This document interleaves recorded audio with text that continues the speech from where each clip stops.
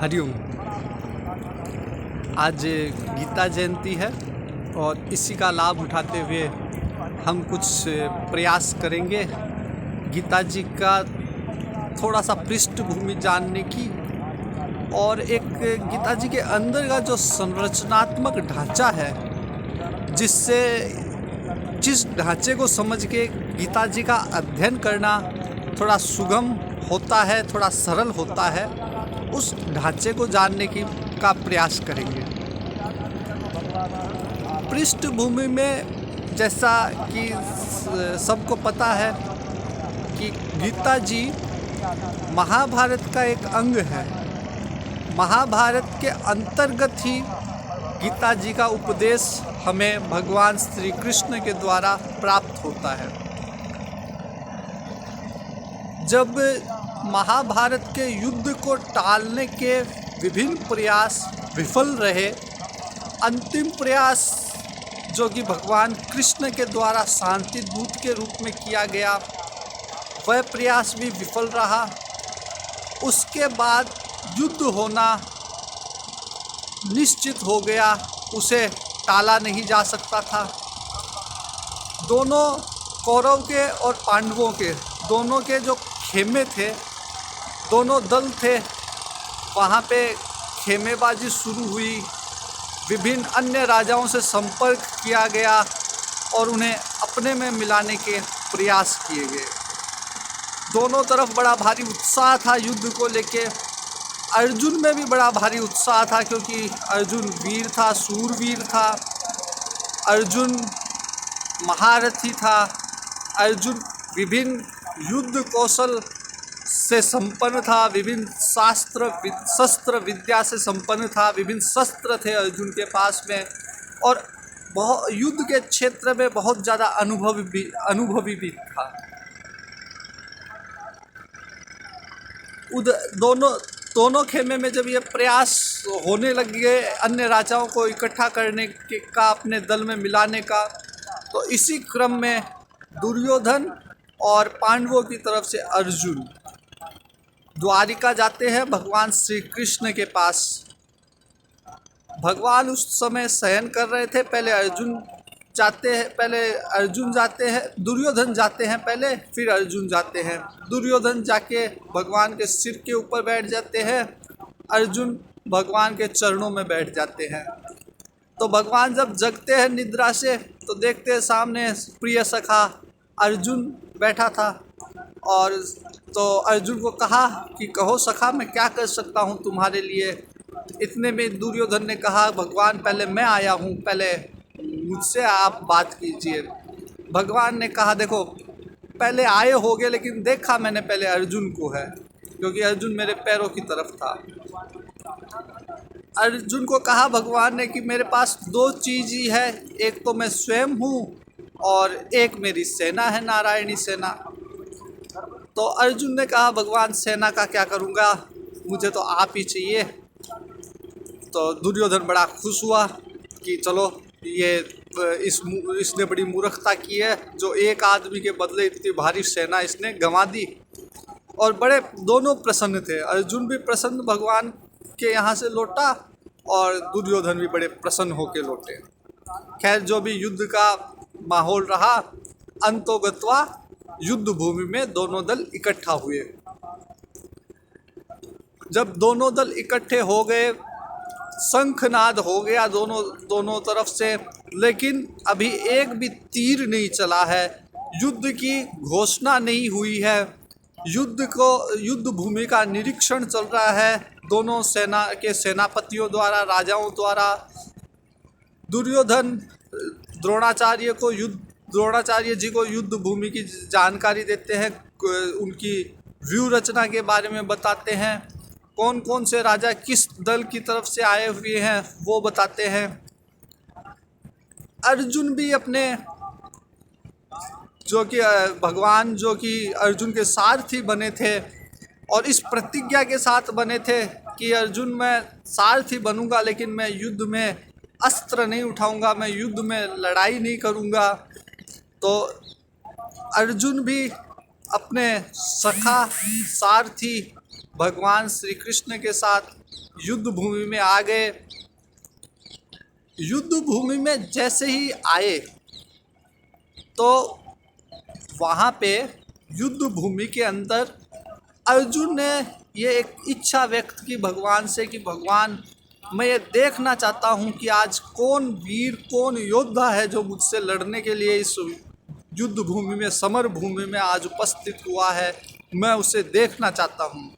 बड़े वीर रस में अर्जुन ने ये बात कही और भगवान तो अवसर की तलाश में ही थे, तो भगवान ने तुरंत रथ ले जाके, अर्जुन का रथ ले जाके तुरंत ठीक वहीं खड़ा किया जहाँ से सामने भीष्म पितामह और द्रोणाचार्य जी दिख रहे थे। जैसे ही अर्जुन की दृष्टि द्रोणाचार्य जी पे, भीष्म पितामह पे, कृपाचार्य जी पे पड़ी, अर्जुन के भीतर एक मोह जाग उठा। सोया हुआ एक अर्जुन के भीतर जो ममता थी अपने पितामह के प्रति, गुरुओं के प्रति, वो जाग उठी और अब अर्जुन का शरीर कांपने लगा। अर्जुन अब युद्ध भूमि से विरक्त होना चाहता था, युद्ध भूमि से निकलना चाहता था। अब वो तरह तरह के उपाय ढूंढ रहा युद्ध भूमि से निकलने के। अर्जुन भगवान से कहता है, कई बहाने बनाता है अर्जुन युद्ध नहीं करने के। अर्जुन कहता है कि इससे तो हमारा कुल नष्ट हो जाएगा। अगर हमको ये नहीं पता कि हमारी जय होगी या विजय होगी या पराजय होगी, और ऐसे अगर हमारी विजय भी हो गई तो इस भोग को भोग के क्या करेंगे हम? अपने ही गुरुओं के खून से सने हुए भोग को हम कैसे भोगेंगे? और इतना कह के ये भी कह देता है अर्जुन कि भगवान, इससे अच्छा तो भिक्षा मांग के खाना ही श्रेष्ठ है। इस हिंसा को, इस पाप को वो लोग नहीं सोच रहे, वो लोग दुर्बुद्धि है, क्यों ना हमें सोचना चाहिए। हम क्यों इस पाप को करने जा रहे हैं? इन आतताइयों को मार के, इनके खून से सने हुए राज्य को भोग के हमें कौन सा सुख मिलने वाला है?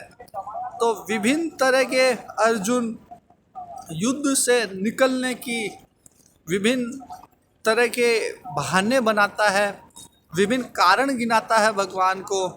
लेकिन भगवान कहते हैं कि भगवान थोड़े से मुस्कुराते हैं और भगवान ये जानते हैं कि अर्जुन का ये जो वैराग्य है, ये क्षणिक वैराग्य है और मोह जनित वैराग्य है।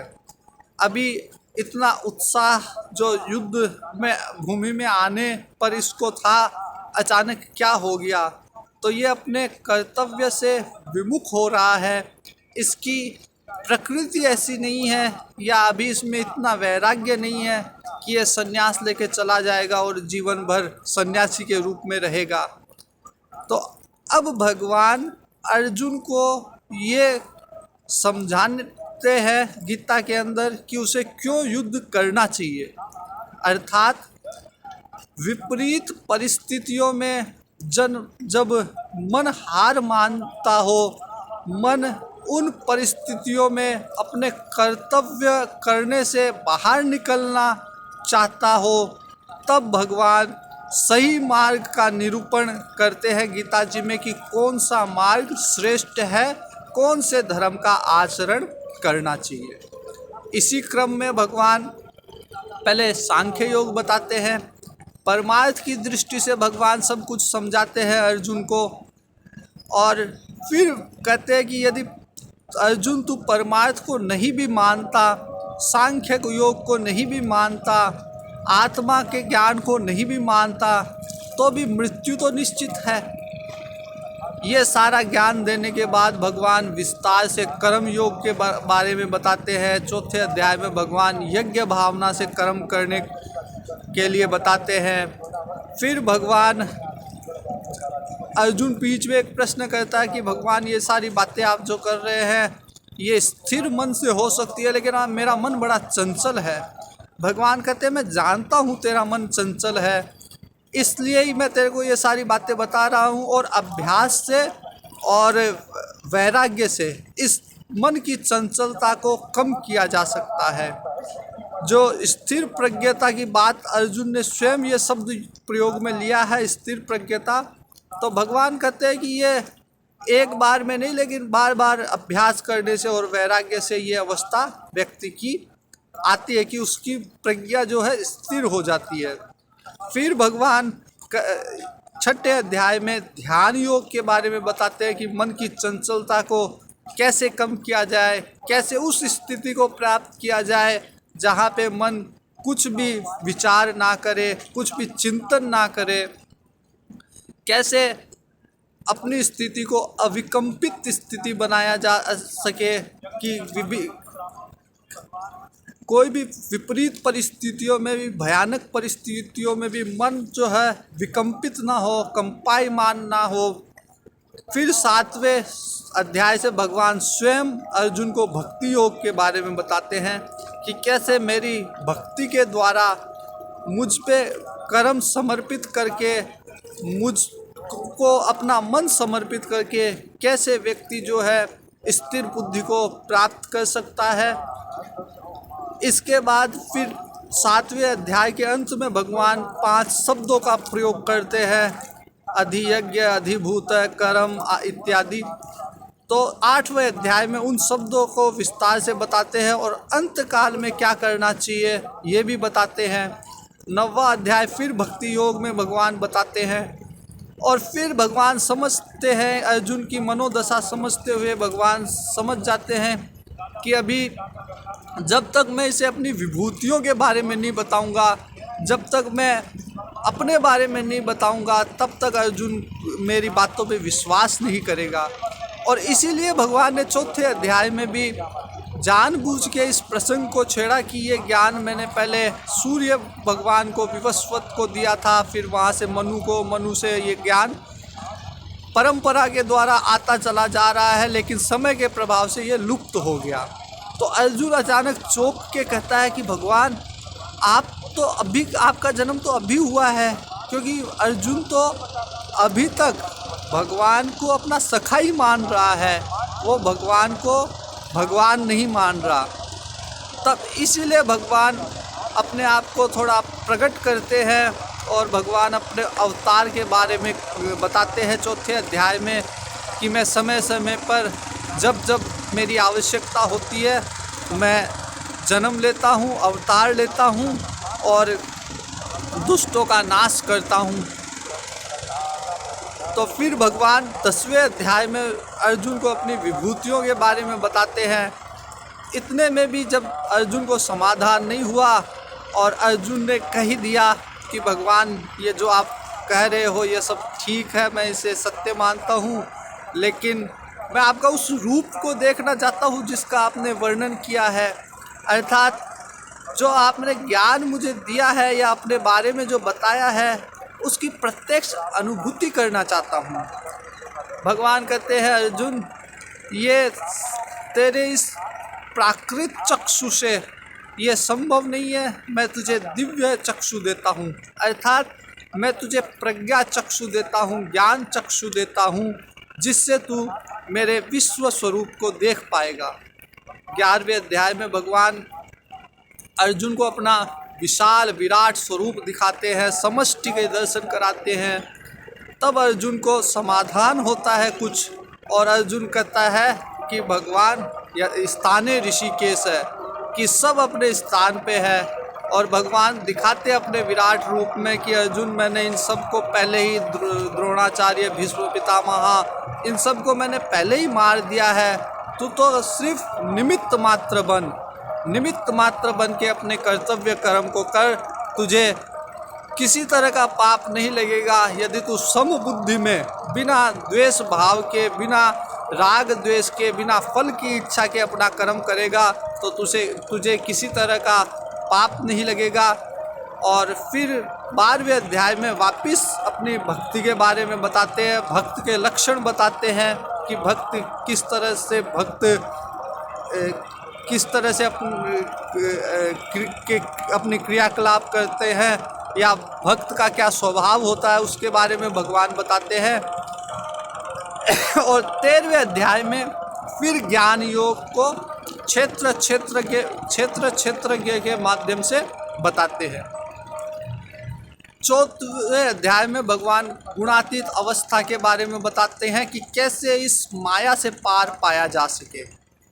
15वें अध्याय में भगवान जीव जगत और ईश्वर के बारे में बताते हैं और 16वें अध्याय में फिर भगवान गुणातीत अवस्था तक पहुंचने के लिए जो सत्व की आवश्यकता होती है, उसके लिए देवी संपत्ति क्या होती है, उनका विकास कैसे किया जा सकता है और आसुरी संपत्ति को कैसे छोड़ा जाए, इसके लिए क्योंकि देवी संपत्ति है जो मुक्ति का हेतु होती है, जिनका यदि विकास हो, सात्विक गुणों का विकास हो, तो फिर क्रमिक रूप से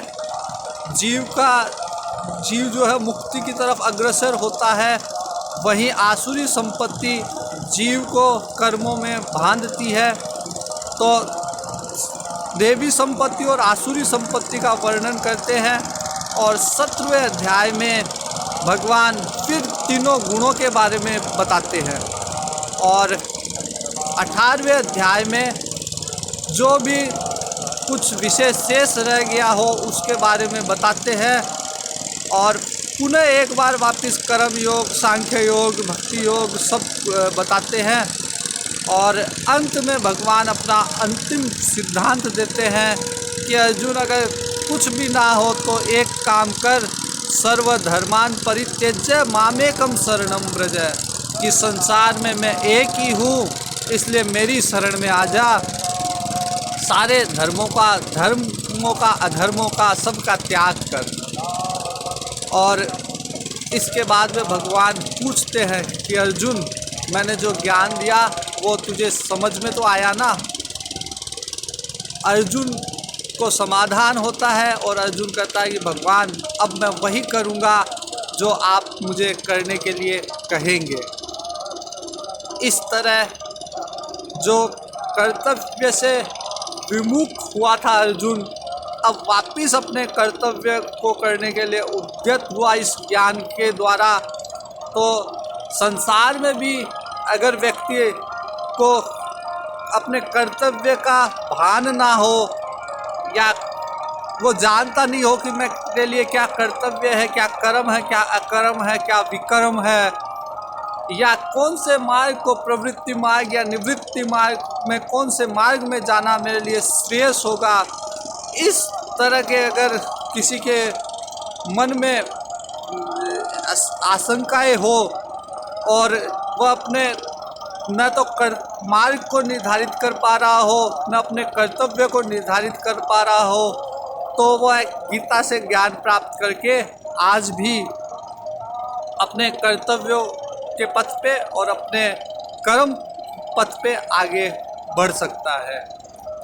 इसी के साथ यदि हम पूरे मनोयोग के साथ गीता जी का नित्य अध्ययन करें तो गीता जी अवश्य साधकों पे कृपा करती है और उसे उसके मार्ग के चयन में पूरी कृपा पूर्वक उसे बताती है कि कौन सा मार्ग उसके लिए श्रेष्ठ है, इन कर्म बंधनों को काटने का कौन सा मार्ग श्रेष्ठ है, जिसके ऊपर चल के वह संसार के कर्म बंधनों को, राग द्वेष को, काम क्रोध को, ये जो वेग है, इनको शांत कर सकता है और परम गति को प्राप्त हो सकता है।